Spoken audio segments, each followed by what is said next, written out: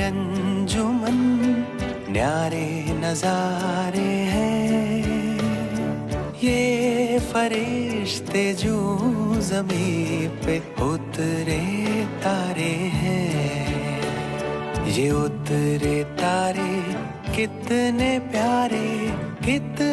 प्यारे हैं। ये फरिश्ते जो ज़मीं पे उतरे तारे हैं।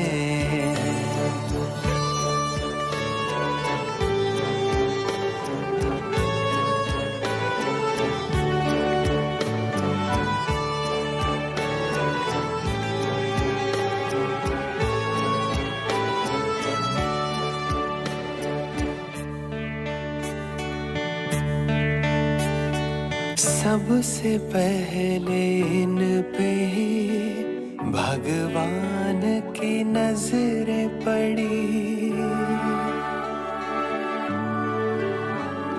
सबसे पहले इन पे ही भगवान की नजरें पड़ी।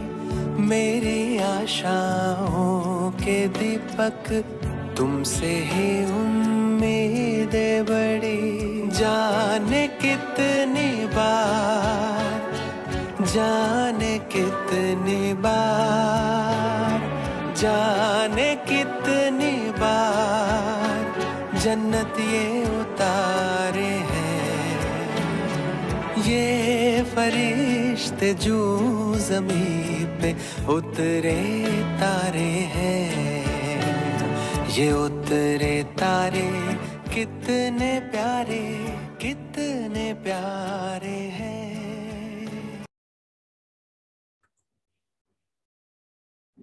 ओम शांति। ओम शांति दीदी। शांति। आपका बहुत बहुत स्वागत है, स्वागत है, स्वागत है मधुबन निवासियों की ओर से, बाप दादा की ओर से और पावर ऑफ सकाश चैनल की तरफ से भी आपका बहुत बहुत स्वागत है, स्वागत है। और आप सभी ब्यूटीफुल एंजल्स जो अभी देख रहे हैं, आप सभी का भी बहुत बहुत स्वागत है, स्वागत है। तो चलिए हम जगदीश भाई जी की विशेषताएं हमारी प्यारे दीदी शोभा दीदी के मुकम्मल से सुनते हैं। ओम शांति दीदी। ओम शांति। आज हम सभी ब्रह्मा कुमार संतोष भाई जी का अनुभव सुनेंगे। ईश्वरीय नियमों की पालना के लिए बहुत ही ध्यान खिंचवाते थे भाई साहब की विशेषता। शांति वन में स्थित ज्ञान अमृत प्रिंटिंग प्रेस में समर्पित रूप से डिजाइनिंग की सेवा में सेवारत ब्रह्मा कुमार संतोष भाई जगदीश भाई के संपर्क में आते ही कैसे उनके जीवन में परिवर्तन आया, उसका विवरण इस प्रकार से दे रहे हैं। सन 1975 में परिवार के हम सब पिताजी, माताजी, बड़ा भाई, बड़ी बहन और मैं ज्ञान में आए। हमारा घर स्वर्ग बन गया। सारा परिवार ज्ञान में चला ना। सब बाबा की याद में और सेवा में मस्त थे। जब ज्ञान पंजाब में मिला था, पंजाब में मेरी मैट्रिकुलेशन की पढ़ाई के बाद हमारा परिवार पूरा बिखर गया। तब तक हम साथ में ही थे, परंतु पिताजी की जम्मू ट्रांसफर हो गई। बड़े भाई आर्मी में भर्ती हो गए। माताजी गांव चली गई। बड़ी बहन अपनी पढ़ाई के लिए पंजाब में रह गई और मैं पढ़ने के लिए कटक आ गया। पहले मैं हॉस्टल में रहा, वहां खान पान बिगड़ गया। उसके बाद संग बिगड़ गया। कॉलेज में उन 2-3 सालों में मेरा पूरा जीवन बदल गया। नशीली वस्तुओं का आदी बन गया। संतोष भाई अपना अनुभव सुनाते। मेरी हालत देखकर घर में सब चिंतित परेशान थे। उन्हीं दोनों गांव में भ्राता जगदीश जी से मेरी पहली मुलाकात हुई। हमारे गांव में एक साधु है, वहां उनका आश्रम है। उन्होंने 1987 में विश्व शांति यज्ञ रचा था। उस कार्यक्रम में जगदीश भाई जी आए थे। हमारे घर में गीता पाठशाला खोली गई। जगदीश भाई साहब ने उसका उद्घाटन किया। उस समय मेरे पिताजी ने जगदीश भाई से कहा, सारा परिवार ज्ञान में चलता है, लेकिन यह एक नहीं चल रहा है। पहले बहुत अच्छा चलता था, रोज अमृत वेले उठता था, हमें भी उठाता था। लाल बत्ती जलाकर हम सब मिलकर के योग करते थे। बड़ी दीदी मनमोहिनी जी से, मिट्टू दीदी जी से, दादी जी से इसने बहुत पालना ली है। ऐसी ऐसी बातें उन्होंने जगदीश भाई को सुनाई। घर होते हुए भी मैं कमरा लेकर बाहर रहता था। उन्होंने ये भी कहा कि यह दोस्त बनाने में बहुत माहिर है, दोस्तों के कारण ही यह बिगड़ा हुआ है। भाई जी की विशेषता है, वे भविष्य दृष्टा थे, उनके बोल वरदानी थे। उसके बाद पिताजी भाई साहब को घर की छत पर ले गए बाबा का झंडा लहराने। उस समय वहां सैकड़ों भाई बहन इकट्ठे थे। कमलेश दीदी भी वहां थी। पता नहीं क्या हुआ, भाई साहब ने 1 सेकंड मुस्कुराते हुए मुझे दृष्टि दी, मेरा हाथ पकड़ा और पिताजी से कहा, यह आप सबसे आगे निकल जाएगा। सबने समझा कि जगदीश भाई हमें दिलासा देने के लिए कह रहे हैं, लेकिन उसके ये शब्द मेरे लिए वरदान बन गए। उन दिनों में सेंटर पर जाने से बचने के लिए कोई न कोई बहाना करता था, मजबूरीवश ही जाता था। उन्होंने मेरे सिर पर हाथ रखकर पिताजी से ये शब्द बोले, यह वो कर जाएगा जो आपने कभी नहीं सोचा होगा। यह सुनकर पिताजी के आंखों में आंसू आ गए। उसके बाद मैं धीरे धीरे ज्ञान से जुड़ने लगा। कुछ दिनों के बाद सेवा के लिए मधुबन आया। मेरा मन कहीं टिकता नहीं था। जब सेवा के लिए कुछ दिन मधुबन में रुका तो यही दिल लगने लगा। इस प्रकार भाई साहब के साथ पहली मुलाकात चमत्कार बन गई। मैंने तो साकार में न बाबा को देखा न मम्मा को। जब जगदीश भाई साहब ने मेरे साथ हाथ मिलाया, यकीन मानिए तब मुझे ऐसा अनुभव हुआ कि ये साधारण व्यक्ति नहीं है। उन्होंने मुझे अपने पास ही बिठाकर ब्रह्मा भोजन किया। सिर्फ 10 मिनट की उस मुलाकात ने मेरे में पूरी शक्ति भर दी। जैसे गाड़ी में पेट्रोल पूरा भर जाए तो अच्छी रीति से भागेगी, वैसी मेरी स्थिति हो गई। उस दिन की मुलाकात ने मेरे में खूब शक्ति भर दी और मेरे जीवन की गाड़ी चल पड़ी। संगत में बिगड़ गए थे, पुरुषार्थ रुक गया था, वो पुरुषार्थ शुरू कर दिया। पहली बार गोलक भाई की जबरदस्ती से मधुबन की सेवा के लिए रुका। 3 महीने सेवा करने के बाद मुझे घर जाने के लिए कहा। मैं जाने के लिए तैयार नहीं था, यहीं रहने की इच्छा हो रही थी। उन्हीं दिनों 1992 1992 में शांतिवन में दिल्ली ज्ञान अमृत प्रेस आई। दिल्ली में जो ज्ञान अमृत छपती थी वो प्रेस मधुबन शांतिवन में आ गई। गोलक भाई ने मेरे से पूछा, क्या तुम प्रेस में रहोगे? मुझे यहाँ रहना ही था तो मैंने हाँ बोल दिया। मेरे में वो हिम्मत व शक्ति नहीं थी कि उड़ीसा जाकर ज्ञान मार्ग में चल सकूं, क्योंकि मेरी संगत इतनी खराब थी कि वहां जाने के बाद इस तरफ आना मुश्किल था। सेवा के प्रति संपूर्ण समर्पण था भाई साहब के। प्रिंटिंग प्रेस में रहने के बाद उनसे कई बार मिलना हुआ। उनके कई काम जैसे टाइपिंग करने का, उनको प्रूफ दिखाने आदि का मौका मिला। जब तक काम पूरा नहीं होता वे वहां से हटते नहीं थे। एक बार की बात है, सारा दिन टाइपिंग किया था, फिर रात को भी वे आ गए। रात को 10 बज रहे थे। वे बैठे हुए थे मेरे पास, टाइप करता रहा और एक पेज पूरा होते ही प्रिंटिंग करने को उनको दे देता। भाई साहब प्रूफ रीडिंग कर रहे थे। मुझे जोर से नींद आ रही थी। मैंने कहा, भाई साहब आप रेस्ट करिए, सवेरे तक मैं आप सबको दे दूंगा। बिना मेरी तरफ देखे उन्होंने कहा, कोई बात नहीं, मैं ठीक हूं, आप करते रहो, मैं बैठा हूं। मैं करता रहा। नींद आने के कारण मेरे हाथ रुक जाते थे। मैंने फिर उनसे कहा, भाई साहब आप रेस्ट कीजिए, मैं आपको सुबह अमृत वेले ला कर दूंगा। उन्होंने कहा, कोई बात नहीं, मुझे कोई तकलीफ नहीं है, मैं बैठा रहूंगा। थोड़े समय बाद मेरी आंख बंद हो गई, टाइप कर ही नहीं सका।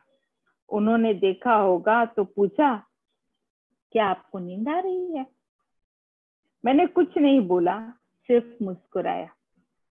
फिर उन्होंने कहा, ठीक है, आप सुबह अमृत वेले ले आना। इस प्रकार जब वे सेवा में लग जाते तो न दिन देखते थे न रात। काम पूरा होने तक वह दम नहीं लेते थे। मैंने बाबा के बारे में सुना था, इसमें बाबा के गुण प्रत्यक्ष देखे। भाई साहब में उन्होंने प्रत्यक्ष गुण देखे। एक बार जगदीश भाई साहब को छोड़ने रेलवे स्टेशन गया था। रास्ते में पुल के पास ट्रैफिक जाम हो गया। उस समय पर एक सिंगल वन वे ही रास्ता हुआ करता था, अभी तो वह काफी बड़ा बन गया है। वन वे होता था, एक तरफ की गाड़ी जाती थी तो दूसरी तरफ की नहीं जा पाती थी। तो वहां की बात कर रहे हैं। गाड़ियों की लाइन बहुत लंबी थी।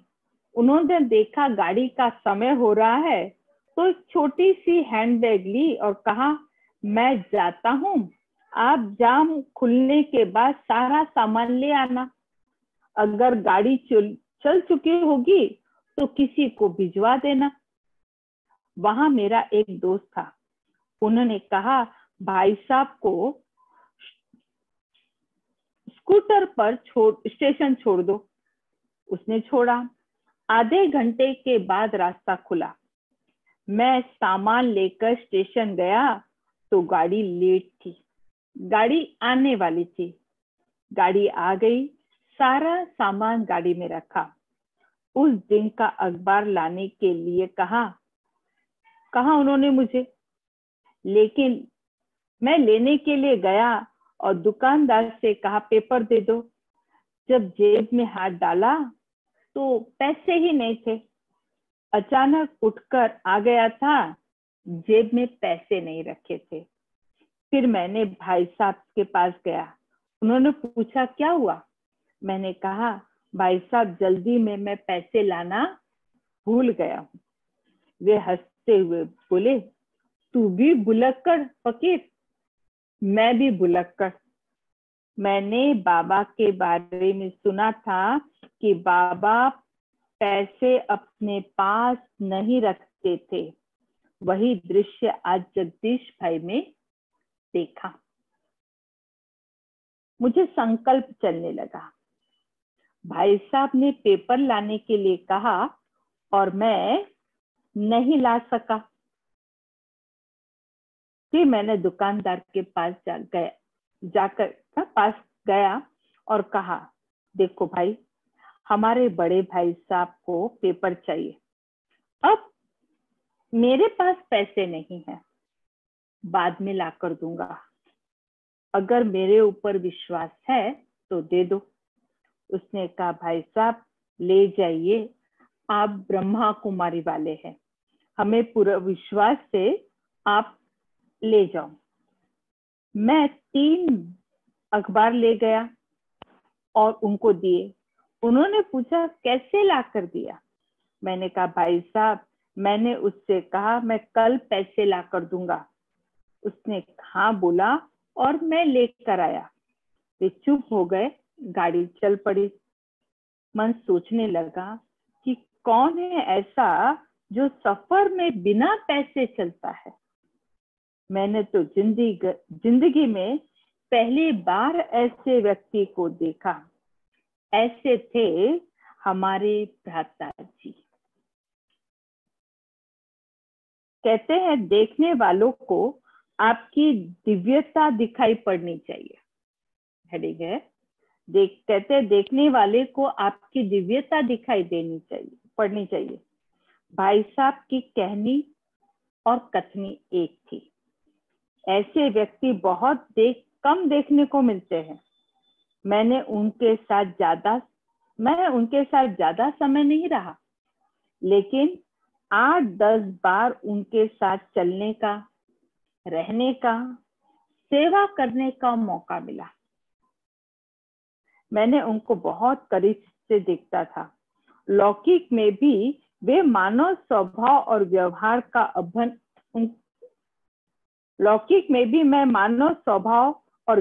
का अध्ययन करता था। मैंने उनमें यह देखा कि हर बात का वो बहुत ध्यान रखते थे। जो भी कार्य करते थे उससे पहले सोचते थे कि इस कार्य का परिणाम क्या होगा। जो क्रिया हम करते हैं उसकी प्रतिक्रिया जरूर होती है, तो देखने वालों पर इसका क्या प्रभाव पड़ेगा।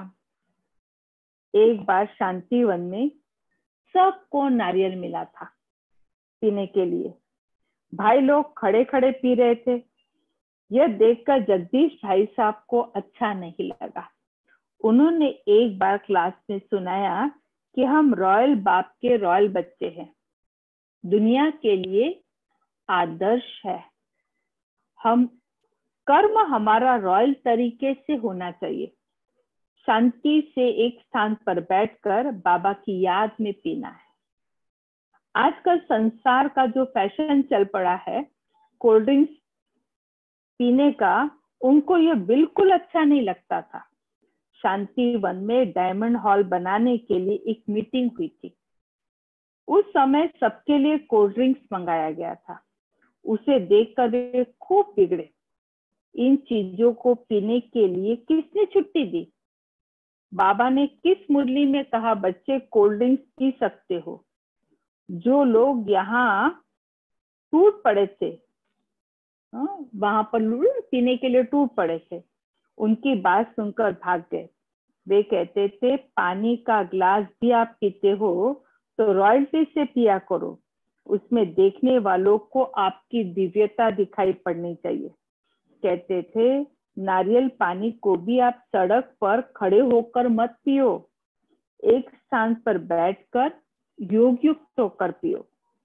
ईश्वरीय नियमों की पालना के लिए वे ब्राह्मणों को ध्यान खिंचवाते थे। तो ऐसे हमारे जगदीश भाई की विशेषता। ओम शांति।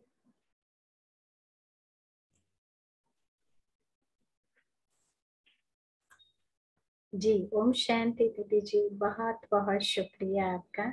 बहुत बहुत शुक्रिया। हमने भाई जी की विशेषताएं सुनी। तो चलिए हम ऐसे धारणा मूर्त बनने के लिए बाप दादा की याद में बैठते हैं।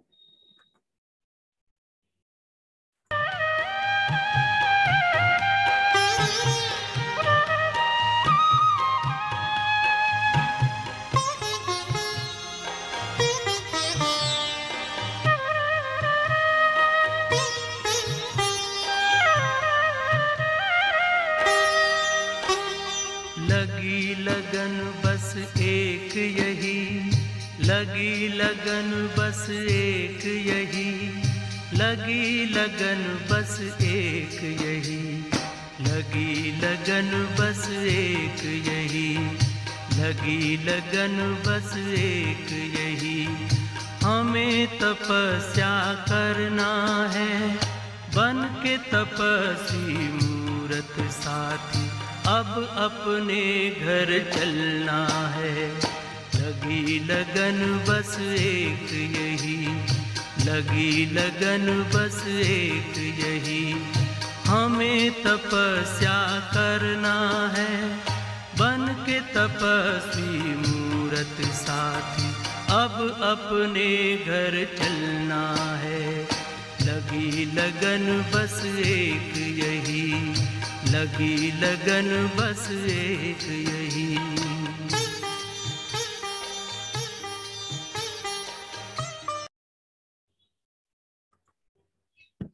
ओम शांति। आप सभी का भी बहुत बहुत शुक्रिया शुक्रिया शुक्रिया। और कल मिलते हैं पावर ऑफ सकाश चैनल पर इसी टाइम पे 8:30 बजे। भाई जी की और विशेषताएं सुनेंगे। तो दीदी जी आपका भी बहुत बहुत शुक्रिया। ओम शांति। Good night. Good night.